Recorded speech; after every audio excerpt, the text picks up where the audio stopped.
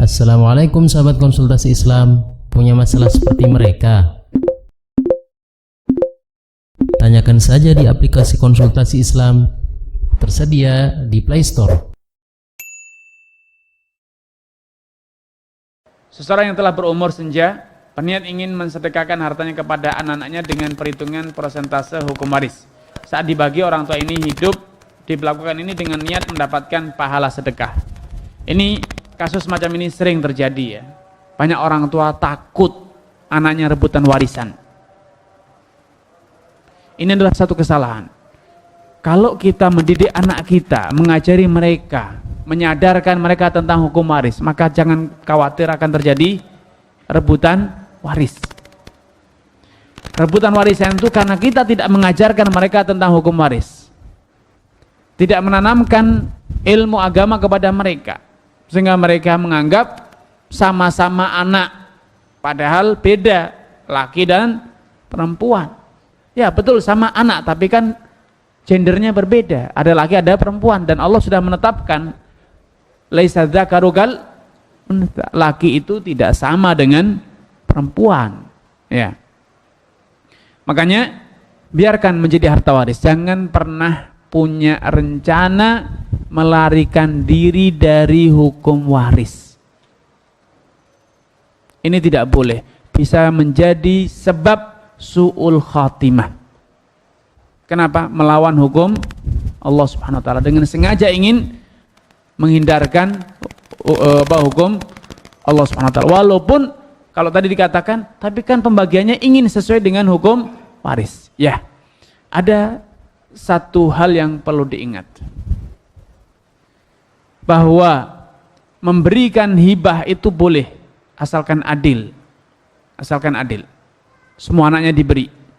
Dan kalau terjadi pemberian mengikuti hukum waris itu juga sah menurut para ulama. Boleh. Tetapi tadi jangan ada niat lari dari hukum waris. Dan Nabi SAW suatu hari menghadapi kasus serupa. Sahabat Sa'ad bin Abi Waqqas sakit parah. Dia katakan, ya Rasulullah, inna limalan, aku punya harta yang banyak. Walaysa yarithuni illa ibnah, tidak ada yang akan mewarisiku kecuali satu orang anak perempuan saja. Itu beliau masih lumayan muda ya, belum tua, sakit parah, dia mengira akan mati. Anaknya baru satu perempuan. Apa atasaddaqu bi jami'i mali, apakah boleh aku sedekahkan seluruh hartaku? Kok tidak ada berpikir untuk mewariskan harta kepada anak perempuannya? Logika orang soleh, logika orang yang berilmu tidak demikian. Mereka berkata, ini anak perempuan, tidak perlu harta anak perempuan itu. Kenapa? Akan dicukupi oleh suaminya. Buat apa aku wariskan harta kepada dia? Karena nanti dia nikah akan dicukupi oleh suaminya. Maka Nabi mengatakan tidak.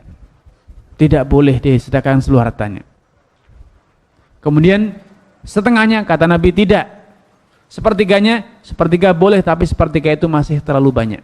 Wathuluthu katsir, kata Nabi. Kemudian Nabi memberikan satu alasan kenapa tidak boleh mensedekahkan seluruh harta, bahkan setengah pun tidak boleh. Beliau mengatakan, innaka antadzara warathataka aghniya khairun laka min antadzarahum alatan yatakaffafunan nas. Kalau engkau meninggalkan mati atau meninggalkan anak-anakmu dalam kondisi aghniya, mewarisi harta yang banyak dari engkau, itu lebih baik dibanding engkau tinggalkan mereka dalam kondisi alah, dalam kondisi miskin, akhirnya minta-minta kepada orang lain. Nah, di sini Nabi tidak memberikan arahan kepada Sa'ad, jangan, kasih saja semasa hidupnya. Nabi menggunakan kata-kata antadzara. Kalau engkau mati meninggalkan ahli warismu dalam kondisi kaya raya. Kenapa kaya raya?